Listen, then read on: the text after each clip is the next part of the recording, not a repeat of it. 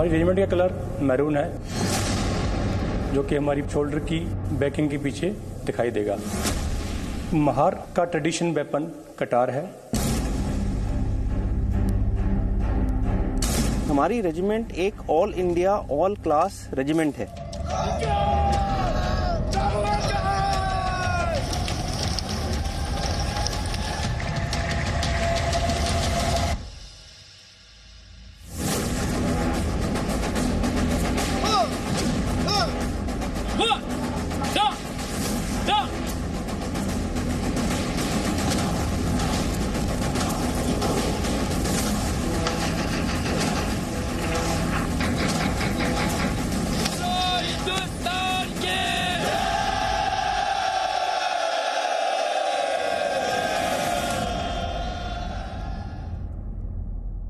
नमस्कार, इस खास पेशकश में आपका स्वागत है। मैं हूं कृष्ण मोहन मिश्रा। एक रेजिमेंट का एक मशीन गन से ऐसा रिश्ता बना कि वो मशीन गन बन गई रेजिमेंट का क्रेस्ट यानी निशान। ये रेजिमेंट किसी धर्म, जाति या इलाके से ताल्लुक नहीं रखती। ये सच्चे अर्थों में पूरे भारत की रेजिमेंट है।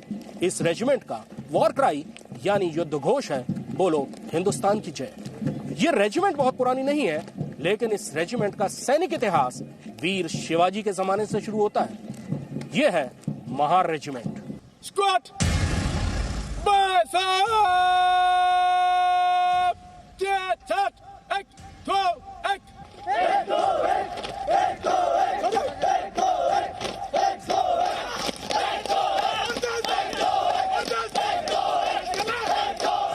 ये एक ऐसी रेजिमेंट है जिसने ब्रिटिश साम्राज्य के कई मिथक तोड़े और खुद को उस मुकाम तक पहुंचाया जो तय किया था।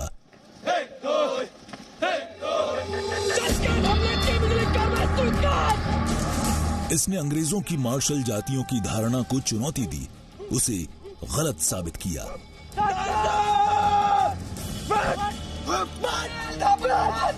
इसने देश की पहली मशीन गन रेजिमेंट बनने का गौरव हासिल किया। इस रेजिमेंट में आज पूरे भारत के जवान भर्ती होते हैं। युद्ध घोष है, बोलो हिंदुस्तान की जय।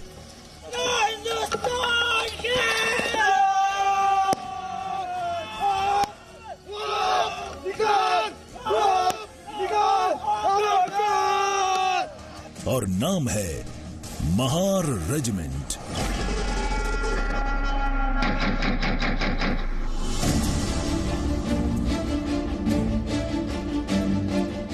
और ये अपनी क्रेस्ट पर पहनते हैं विकर मशीन गन। इस रेजिमेंट को भारतीय सेना को 2 सेनाध्यक्ष देने का गौरव हासिल है, जनरल के.वी. कृष्णा राव और जनरल के. सुंदर जी। महार जवानों का सैनिक सेवा का लंबा इतिहास रहा है, जिसकी शुरुआत शिवाजी महाराज की सेना से होती है।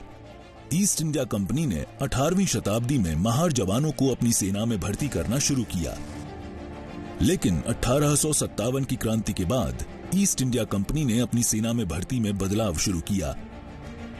कुछ जातियों को मार्शल बनाया गया और जो जातियां इनमें नहीं आती थीं, उन्हें नॉन मार्शल मानकर उनकी भर्ती बंद कर दी।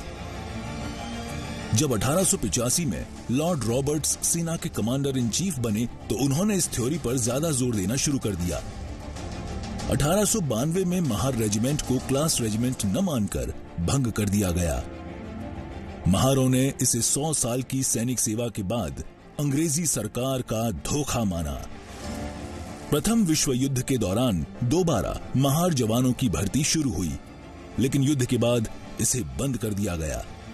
गोपाल कृष्ण गोखले और भीमराव अंबेडकर जैसे नेताओं ने महार रेजिमेंट को दोबारा खड़ा करने के लिए अंग्रेजों पर लगातार दबाव बनाया और अक्टूबर 1941 को बेलगाम में पहली महार बटालियन का गठन किया गया।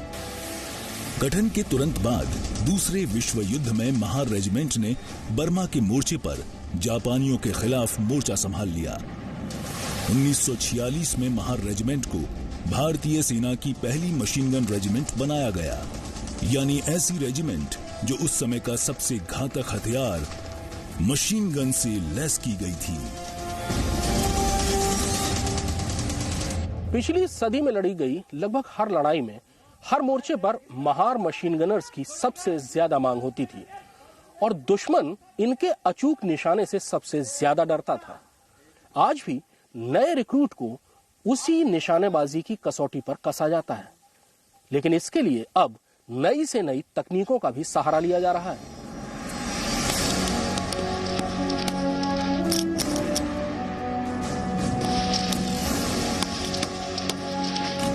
यहाँ फायरिंग की ट्रेनिंग के लिए सबसे नई तकनीक का सहारा लिया जा रहा है। हर फायरर की राइफल के पास कैमरा लगा है जिसकी फीड रिकॉर्ड हो रही है।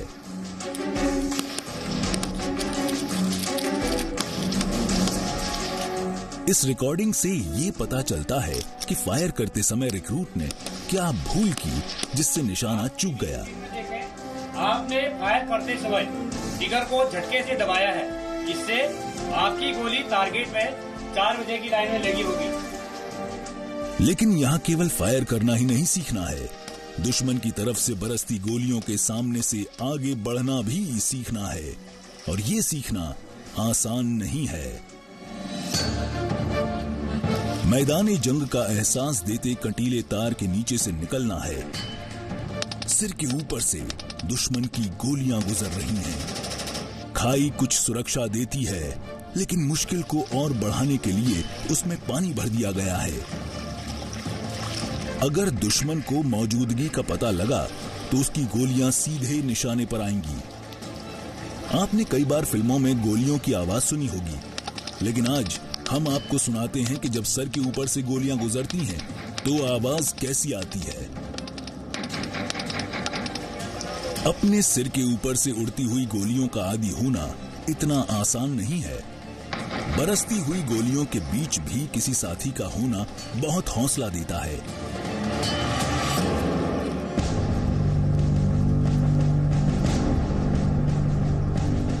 यहां रिक्रूट ने एक नहीं 3 नेम प्लेट लगा रखी हैं। ये दोनों उसके बडी यानी साथियों के नाम हैं।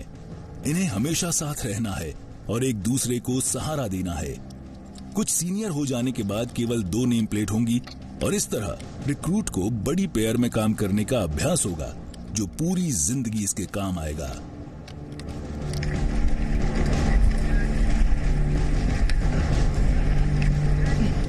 ये साथ रिक्रूट्स को कुछ सबसे मुश्किल काम करने में मददगार होता है। ये असॉल्ट ऑब्स्टिकल कोर्स है और यहाँ तय समय में कुल 21 रुकावटें पूरी करनी है। इसमें रिक्रूट को दुश्मन के मोर्चे तक पहुंचने और उस पर कम से कम वक्त में हमला करने का अभ्यास कराया जा रहा है। इसमें मानसिक और शारीरिक संतुलन के साथ साथ रफ्तार भी चाहिए जो लगातार अभ्यास से लाई जाती है। अभ्यास में किसी रिक्रूट पर कोई रहम नहीं, क्योंकि मैदानी जंग में दुश्मन कोई रहम नहीं करता।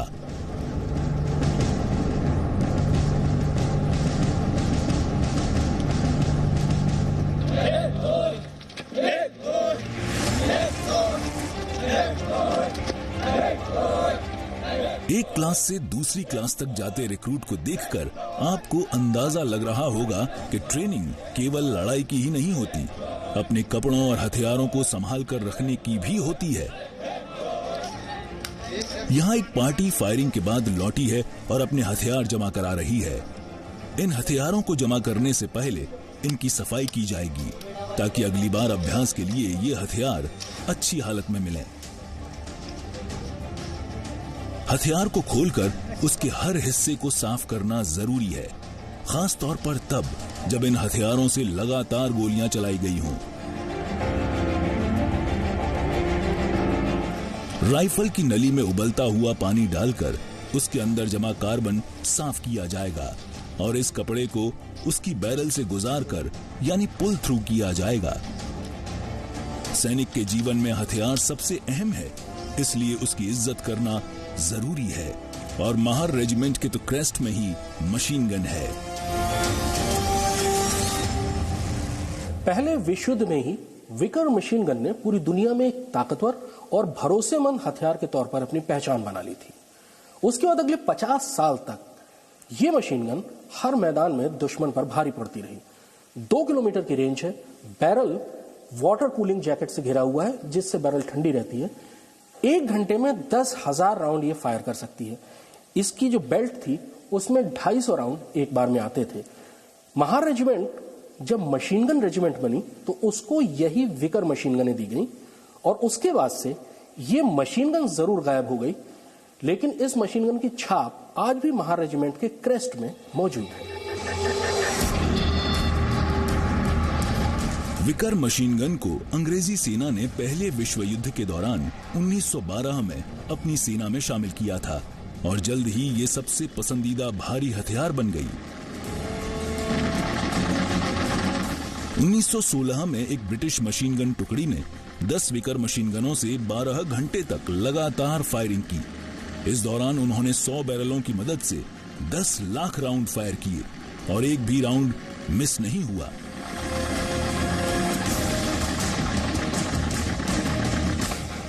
ब्रिटिश सेना में मशीन गन कोर होती थी और उसे जरूरत के हिसाब से हर मोर्चे पर मशीन गनर्स भेजने होते थे। इसी तर्ज पर 1946 में महार रेजिमेंट को भारतीय सेना की पहली मशीन गन रेजिमेंट बना दिया गया, जो 1963 तक बनी रही।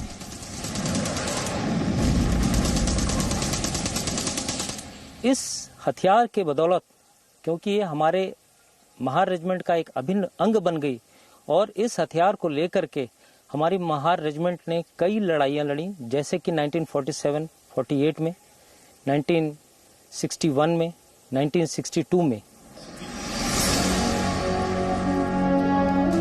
महार रेजिमेंट के क्रेस्ट में 2 विकर मशीन गनों के बीच एक मराठा शैली की कटार होती है। ये क्रेस्ट भी कोरेगांव स्तंभ से बदलते हुए इस शक्ल तक पहुंचा है।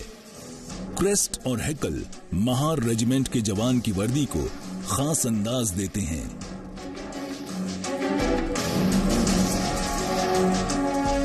हमारी रेजिमेंट का कलर मैरून है, जो कि हमारी पगड़ी, कमरबंद और शोल्डर की बैकिंग के पीछे मैरून कलर हमेशा दिखाई देगा। महार का ट्रेडिशन वेपन कटार है। दोनों क्रॉसिंग में 2 विकर मशीन गन्स हैं। ऊपर वाले भाग में जस सिद्धि, जो कि हमारी रेजिमेंट का मोटो है, नीचे वाले भाग में महार रेजिमेंट खुदा हुआ है।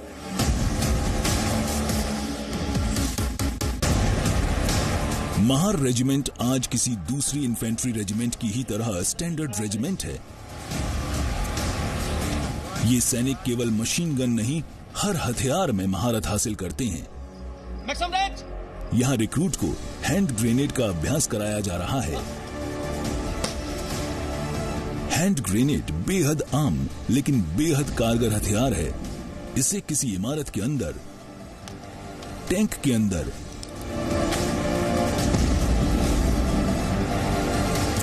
या किसी गाड़ी के अंदर फेंका जा सकता है और इसका असर बेहद खतरनाक होता है। लेकिन एक भारी ग्रेनेड को फेंकना, और वो भी पिन निकालने के 4 सेकंड के अंदर, जबरदस्त अभ्यास चाहता है। आपको शायद कभी दिशा पहचानने की जरूरत ही नहीं पड़ती हो, लेकिन जंगलों और वीरानों में ऑपरेशन करने वाले सैनिक के लिए दिशा पहचानना जिंदगी और मौत का सवाल हो सकता है। गलत दिशा में अपने साथियों की खोज में जा रहा सैनिक सीधे दुश्मन के बीच पहुंच सकता है। इसलिए यहां अलग अलग निशानों से दिशा का पता लगाना सिखाया जा रहा है। कब्र से, शिव मंदिर से और तारों के जरिए भी। अब आपको मैदान जंग में महार सैनिकों के कौशल की एक झलक दिखाते हैं। महार रेजिमेंट की एक टुकड़ी के सामने चुनौती है, पहाड़ी पर बना दुश्मन का ठिकाना। जंगल में सिंगल लाइन यानी एक के पीछे एक चलते सैनिक के लिए छिपना आसान होता है और सामने से फायर से नुकसान की आशंका भी कम होती है। धीरे धीरे आगे बढ़ती टुकड़ी को दुश्मन की तरफ से फायर आने पर फौरन आड़ लेना जरूरी है, क्योंकि ये अभी भी खुली जगह पर हैं। लेकिन एक के पीछे एक सैनिक दुश्मन के मोर्चे के पास तक पहुंचने में कामयाब हो जाते हैं और इसके बाद पूरी ताकत के साथ हमला। सेक्शन कमांडर मूव, जिसका नतीजा हमेशा दुश्मन की हार होगा, ये तय है। रेजिमेंट की वॉर क्राई यानी युद्ध घोष भी समय के साथ साथ बदलता रहा। शुरुआत में ये युद्ध घोष महार की जय था, जिसे बाद में हर हर महादेव किया गया। इस युद्ध घोष से महार सैनिकों के मराठा सेना से पुराने संबंध का पता चलता था। जब इस रेजिमेंट को ऑल इंडिया रेजिमेंट बनाया गया तो इसका केवल एक ही युद्ध घोष हो सकता था। बोलो हिंदुस्तान के।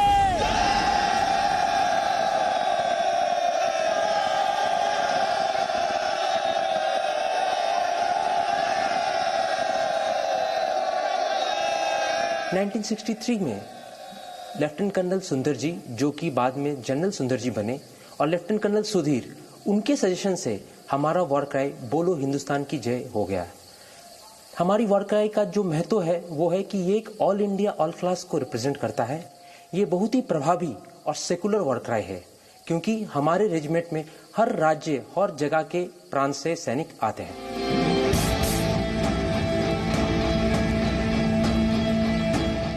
शुरुआत में महार रेजिमेंट में केवल महार नौजवानों की ही भर्ती होती थी। 1963 में जब महार रेजिमेंट को दूसरी इन्फेंट्री रेजिमेंट की तरह बनाया गया तो इसमें पूरे भारत के नौजवानों की भर्ती शुरू हो गई। महार रेजिमेंट ने कभी बहुत पहले ही अंग्रेजों के मार्शल और नॉन मार्शल सिद्धांत को चुनौती दे दी थी। इसलिए जब नई बटालियनें बनी तो उनमें उड़िया, बंगाली और गुजराती नौजवानों की भर्ती की गई, जिन पर कभी अंग्रेजों ने नॉन मार्शल रेस का ठप्पा लगाया था। आज महार रेजिमेंट में पूरे भारत के नौजवान शामिल होते हैं और रेजिमेंट को इस पर गर्व है। हमारी कुछ यूनिट्स ऐसी हैं जिनका क्लास कॉम्पोजिशन 70% महार है और 30% ऑल इंडिया ऑल क्लास है, और कुछ यूनिट्स ऐसी हैं जिनका 70% ऑल इंडिया ऑल क्लास है और 30% महार है। ओवरऑल जो हम बोलते हैं हमारी regiment all India all class regiment है, और एक तरीके से हम महार रेजिमेंट को एक मिनी इंडिया मान सकते हैं, क्योंकि पूरे इंडिया में हर एक पार्ट से महार रेजिमेंट में आपको किसी ना किसी टाइप का रिप्रेजेंटेशन जरूर मिलेगा। भारत के हर हिस्से से आने वाले नौजवानों को दिन में 3 बार पौष्टिक खाना खिलाना एक बड़ा काम है। ध्यान ये भी रखना है कि खाना सबको पसंद भी आए। यहाँ किचन में मॉडर्न तकनीक इस काम में मदद करती है। रोटी मेकर से 1 घंटे में 800 रोटियां बनाई जा सकती हैं और ये 3 घंटे तक लगातार रोटियां बना सकती है। भारतीय सेना दुनिया की उन गिनी चुनी सेनाओं में से है जो हर परिस्थिति में हर जवान को गर्म और ताजा खाना मुहैया कराती है।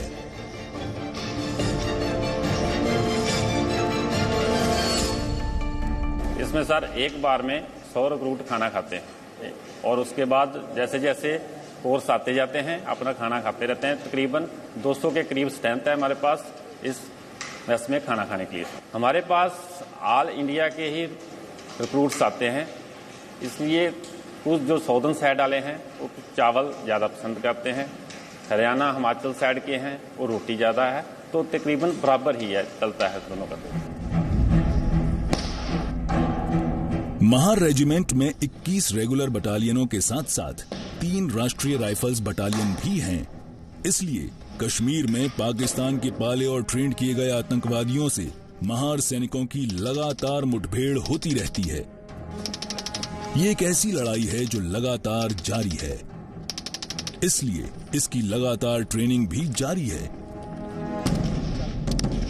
यहाँ सैनिक को AK-47 राइफल से हर उस तरह से फायर करने का अभ्यास कराया जा रहा है जिसकी जरूरत उसे आतंकवाद विरोधी ऑपरेशन में पड़ सकती है।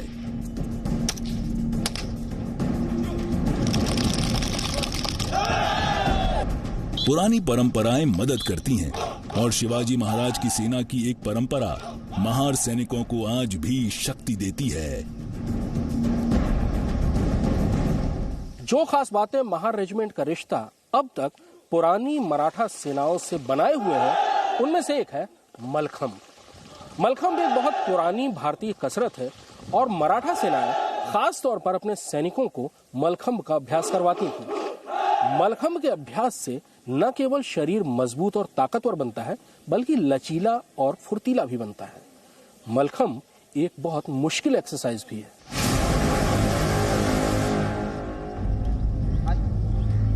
मलखंब में महार रेजिमेंट के सैनिकों की महारत इतनी है कि किसी सैनिक समारोह में अगर मलखंब के प्रदर्शन की जरूरत होती है तो इसके लिए महार रेजिमेंट को ही याद किया जाता है। लेकिन इसके लिए बहुत कड़ी मेहनत की जरूरत होती है। कड़ी मेहनत यहाँ की परंपरा है और नए रिक्रूट को बहुत जल्द इसकी आदत हो जाती है।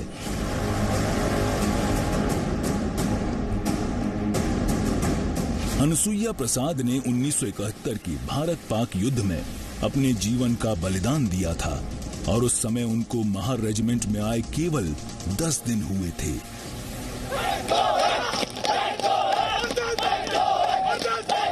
यहाँ अनुसुईया प्रसाद ग्राउंड में नए रिक्रूट को उस्ताद परेड के सबक दे रहे हैं। ये सबक सख्त हैं, लेकिन जरूरी हैं। इन्हें कल महार रेजिमेंट में अपनी जगह लेनी है और वीरता की परंपरा को आगे ले जाना है।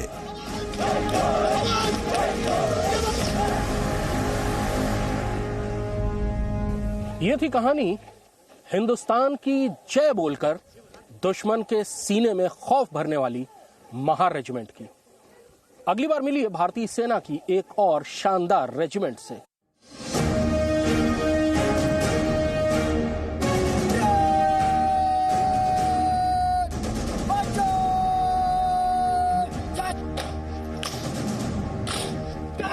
अगले रविवार आपको दिखाएंगे गढ़वाल राइफल्स की गौरव गाथा।